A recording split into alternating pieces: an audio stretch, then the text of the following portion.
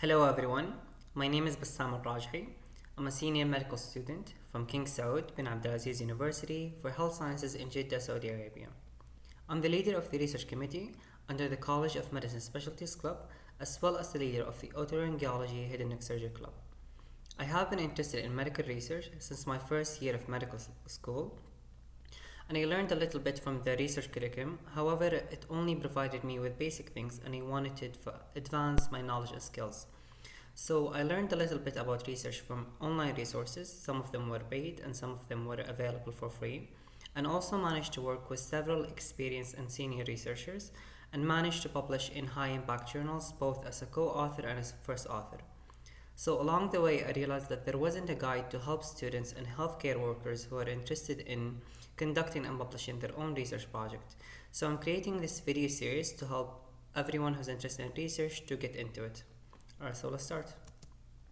So this is the table of contents. I want to talk a little bit about basic research knowledge that I think is essential for everyone who's interested, as well as teach some essential skills such as the literature review and how to find research idea.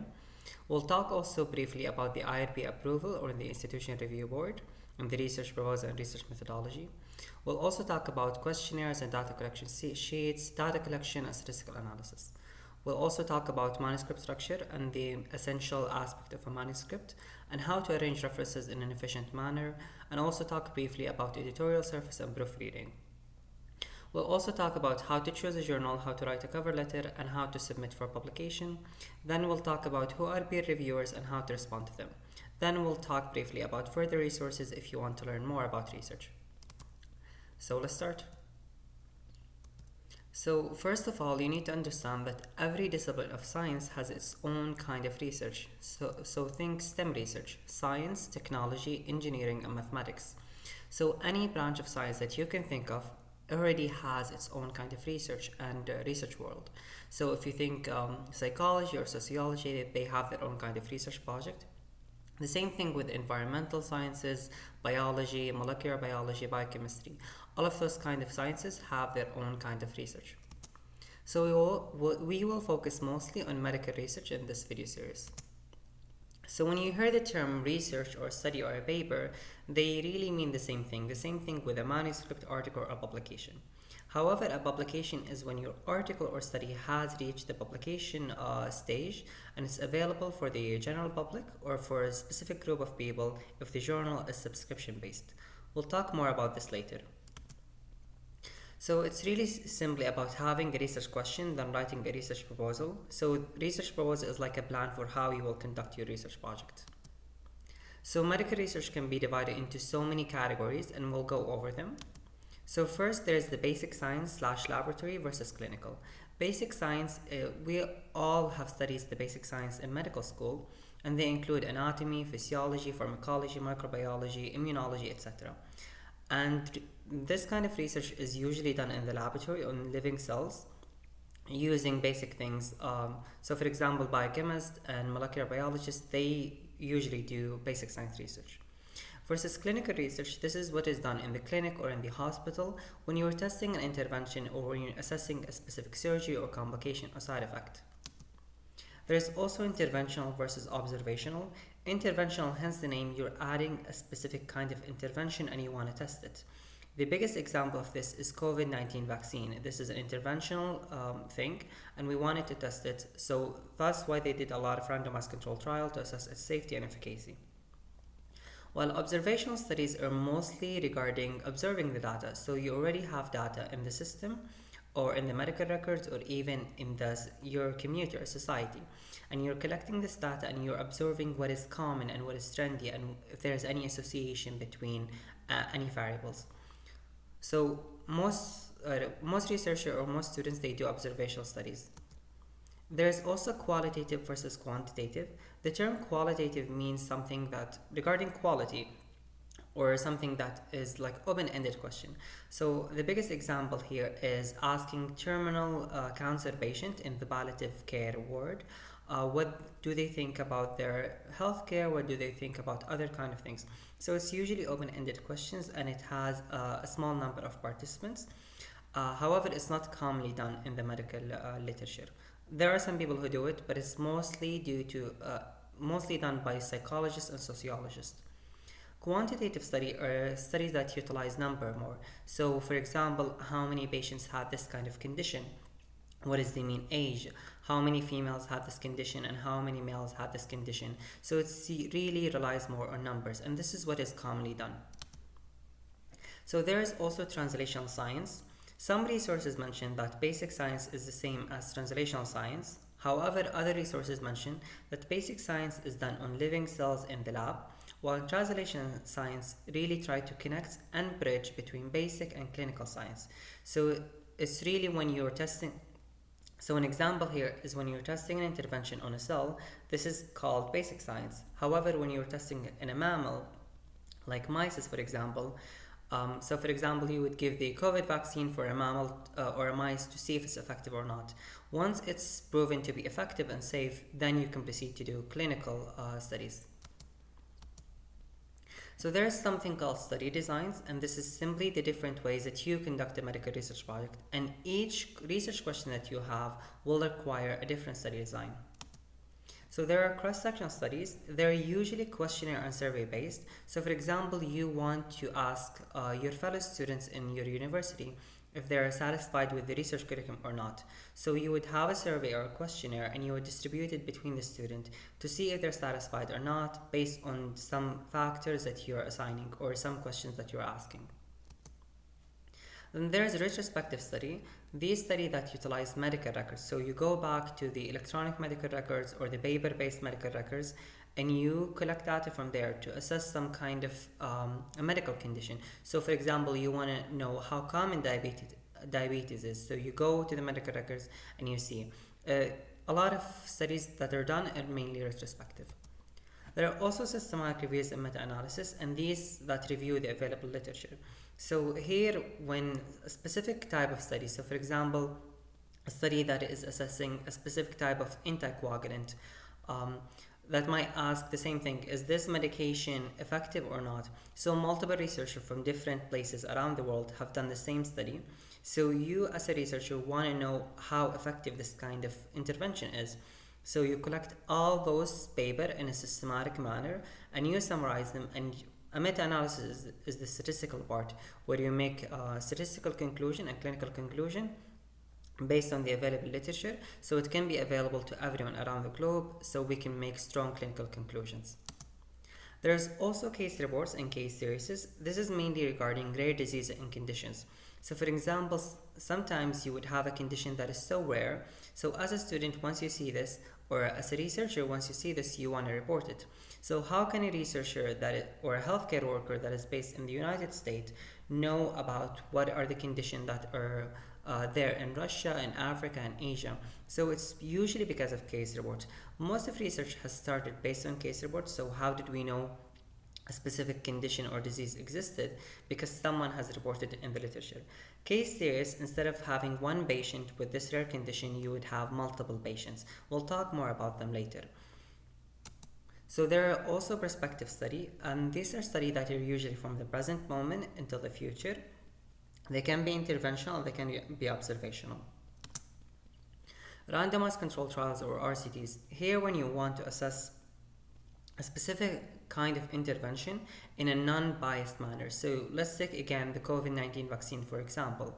You would give the vaccine randomly using a randomized algorithm from a computerized or web program, and you would have, for example, 30 patients, and 50 of them would have the intervention and 50 of them would have placebo or something else, and you don't know which one is getting which, or at least the participant would not know. So as a student or healthcare worker who's interested in research, you might be asking, okay, which one to choose from? I have assigned these four on the left, since they're the ones that are usually done. Cross-sectional retrospective, they take a little bit of time since they require an IRB. We'll talk later about what an IRB is. Systematic reviews and meta-analysis as well as case reports. These are usually done with case report being the easiest since it's just descriptive. So once a patient steps into the hospital and once they are treated until they are discharged, you're writing about what happened exactly regarding this patient. Prospective study and RCTs, they take much more time. They can last up to 2 to 3 years. However, they can take even less time. It's also less common for students to participate in them. However, if you can, I think it's a great opportunity. So again, which one is more feasible? As I mentioned before, cross-section and retrospective take more time. However, this is what's usually done by students and healthcare workers. Recently, they're becoming a trend of people going into systematic reviews and meta-analysis since they're much more easier. However, they require novel ideas as well as available studies assessing your question. Case report being the easiest since again they're descriptive. These are the ones that I recommend. If you have the opportunity to participate in Perspective or RCT, I think you should go ahead. So authorship. Authorship is a great topic. So who should be the first author and who should be the last? Most students or healthcare workers, when they're interested in research and they want to get into it, they don't know what are the roles of authorship and who should be the first and the last author. So there's something called the International Committee of Medical Journal Editors. So that's had its own kind of rules of authorship. So here you can find them. Who is an author? Based on them, they developed 4 criteria. Let's go over them quickly. So substantial contribution to the conception or design of the work. So someone who found the research idea or someone who designed the work, so written the IRB and whatnot. Acquisition analysis of the data. So someone who collected the data and analyzed it, also qualify. Drafting the work or reviewing it critically. Drafting the work meaning they have written the manuscript or some part of the manuscript, or they have reviewed it for the scientific content of it. Final approval of the version of the manuscript. So once the manuscript is done, you need to approve it. This also qualifies you to be an author. Agreement to be accountable. So any research project that you put into the world, it has some clinical conclusion to a certain extent. Or even some policy making and decision making conclusions. So you need to meet all those 4 criteria in order to qualify to be an author. However, based on my experience, I would say that the first author should be the one who had the research idea and did most of the work. The senior author is usually the consultant or the faculty member who is supervising the research project. And the rest of the co-authors, it really doesn't make much difference. However, people or co-authors who have done much of the work, they should be in the beginning. It's just as simple as that. And it's really important to assign the authorship at the beginning of the project so there's no confusion can happen when you're submitting for publication. So sometimes consultants or faculty member, they may have a research idea, however they don't have the time to put much of the work into the research project. So as a student or as a junior, you can do most of the work, however request from them to be a joint first author. This is recognized by some journals, however it's not recognized by all journals, so keep that in mind as well. So how to choose suitable co-authors? When I first started doing research, I thought, okay, I should just contact my friends and work with my friends. However, this might not be efficient since your friends are more likely to say, okay, we can do this task later, and then 2 to 3 days pass by, and then after 1 to 2 months pass by and nothing happened. So I think a good method of choosing co-authors is first they're interested in the same field that you are doing the study, as well as if they need to have some commitment to the task and deadlines. I think commitment is really the major thing in research because if you're not committed, it really delays the publication process. So choosing students or co-authors based on this, it can really be helpful. So how to choose a research supervisor or principal investigator, also known as CPI. I think an important aspect, some students they think, or even junior researchers who want to start in research, they think a research supervisor should teach them everything about research, which is usually not the case. I think an important aspect of having a principal investigator is when you have a consultant or a faculty member who is first supportive of your research idea and find them interesting, as well as provide you with independence and freedom. Independence and freedom to design your study the way you want to write the manuscript. However, it's very, very important that they provide scientific content feedback. So as a researcher, you can learn a lot about whatever topic you're studying from the literature. However, there's always the reality of things. So in practice, some things might be different. So you want to always double check with your PI. And having the freedom and independence is really a huge aspect since you can do most of the work and they would supervise you.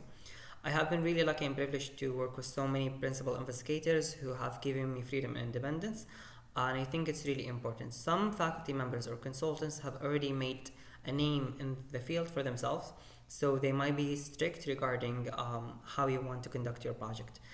So choose accordingly. So there's something called the task distribution list. Here you can see an example. So each research project, it requires specific tasks so it can reach the publication stage. These are some of the tasks that I have listed, and then you want to divide the work fairly between your co-authors. So for your first research project, I would recommend having a few co-authors, 3 to 4 with you and the research supervisor, so in total 5 to 6 co-authors. This will help you learn more about research, and you want to divide them fairly, so each co-author would have 3 to 5 tasks. So for example, the first author would do the literature review, second author introduction, third author variable list formulation, and so on, and you divide them fairly so that they don't do, for example, you don't want one co-author to do task 1 to 5. You don't want to overwhelm them. You want to distribute it fairly so everything can go efficiently and no one can feel overwhelmed.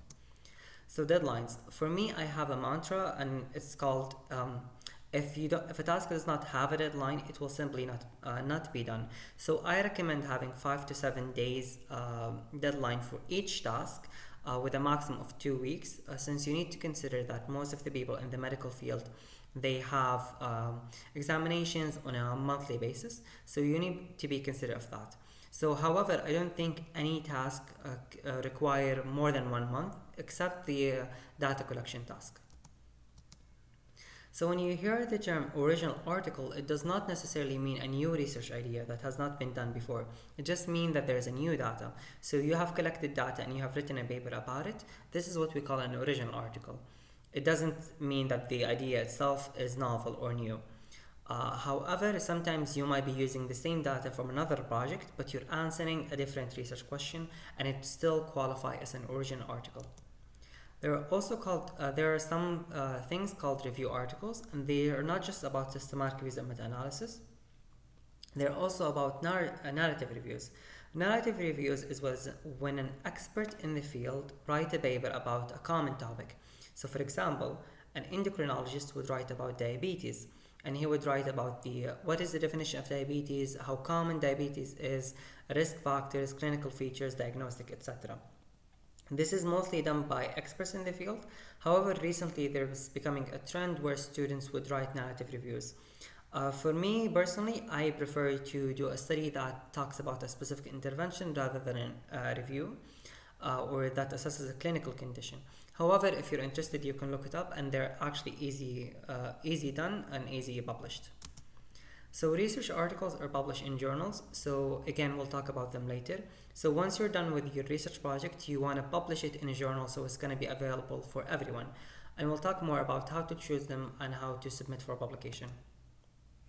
So the best way to learn about research is to do research. So maybe you're just starting out in research and you want to learn. However, the best way to do it is once you learn a task or a specific skill, you want to apply it right away. And once you do that, you can do a research project and learn more about it. It's okay. Do not worry about making mistakes. Almost everything is publishable.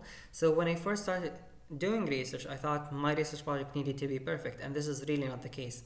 Most of the articles that are published, they have their own flaws and mistakes. However, you're gonna write in the limitation section what went wrong with your paper, so don't worry about it. However, always double check with your research supervisor and don't worry about making mistakes. Your first research project might not be the best, but it's still publishable. So take it one step at a time and constantly push it forward. So when a task has reached the deadline and it hasn't been done, you can contact the co-author who's assigned to that task and ask them if they need the deadline to be extended, if there's any reason behind this delay. And you need to constantly update your research supervisor regarding which task you're doing and what is the stage of your research project currently, so you can push your project forward. This is it for the